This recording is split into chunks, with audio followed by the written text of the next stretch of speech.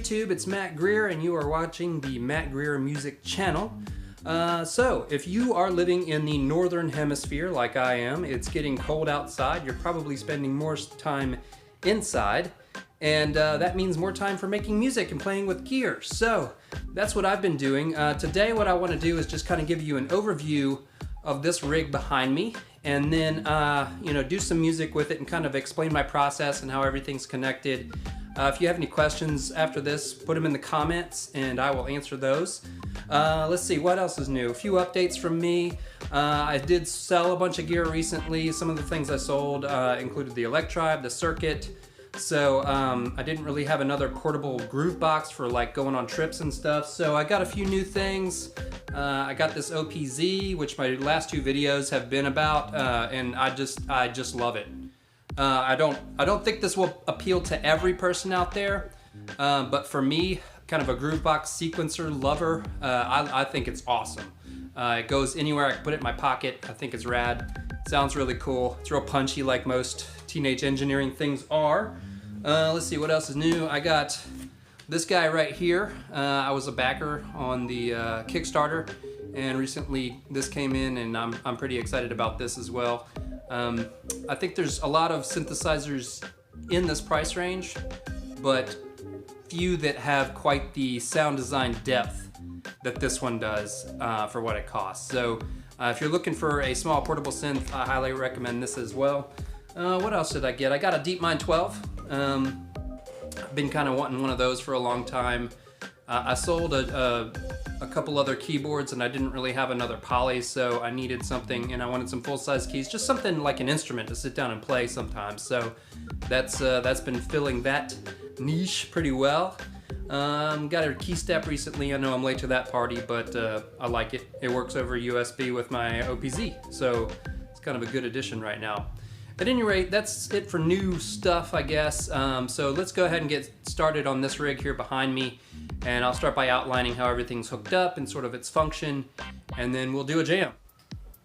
So what I've done is I've broken my studio up into 3 different stations, basically. I've got a DAW-based station. I'm gonna have a small, like, toy pocket operator, Volca, little mini jam station. And this is my new quote-unquote DAWless rig.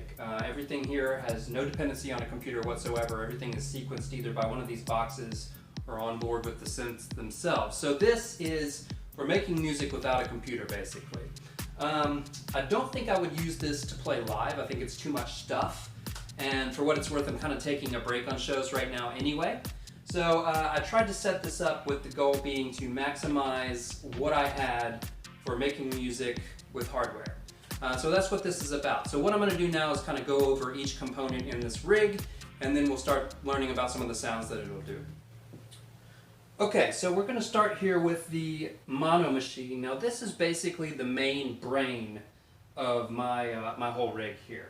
I like this as the main brain because it's kind of an all-in-one groove box. So you've already got 6 tracks of sound that it'll produce, but it'll also MIDI sequence up to 6 additional instruments. So with that, I've got these 6 pages basically, and I'm able to sequence this ARP Odyssey, this Bass Station 2, and this Moog Sub Fatty, as well as down here I've got this Micro Mazda. So it can sequence all of those. Now what we're going to hear tonight is only sequencing the Bass Station. We'll do a little bit of lead work with these other ones. So anyway, that's kind of the main hub of everything. Slaving to that through a Kenton through 5 mini splitter is this Elektron machine drum. It will do other things. It'll sequence gear as well, but I'm only using it for percussion. I really don't need it to do anything else because I've got all this other gear around. So that's kind of where everything starts, is those 2 right there. As I mentioned, we've got an ARP Odyssey we've got a bass station 2, we've got a sub fatty. We also have this 1977 micro Moog synthesizer.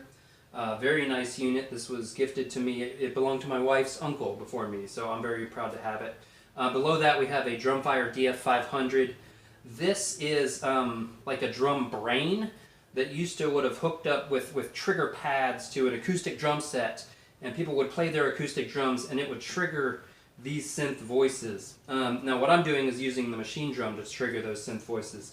We're not going to use it tonight. I'm actually going to do a separate video just devoted to this because it's a neat thing. Kind of deserves its own space. Everything is summed up into this Mackie mixer.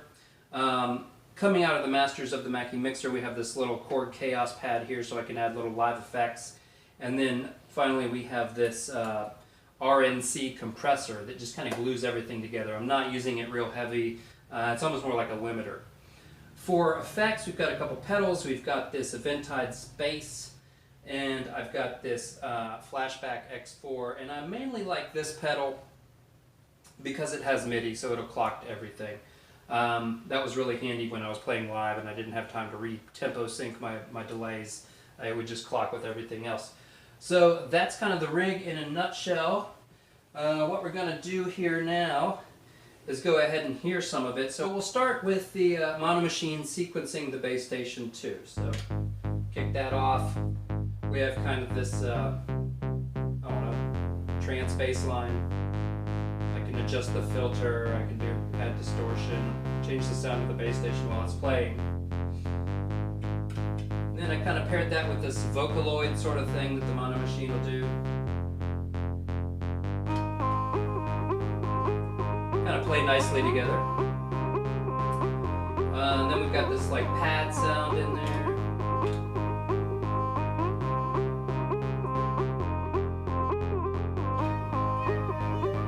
That's running through the Jomox T resonator, which can make stuff sound really, really weird. I never know quite what it's going to do to a sound until I do it.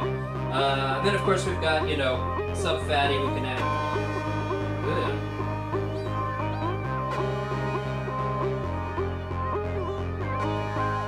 There we go. Then we've got the micro Moog here for leads.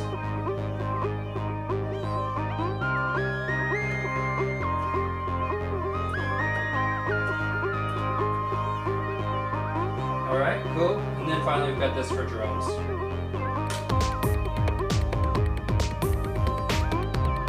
We're all playing nicely together.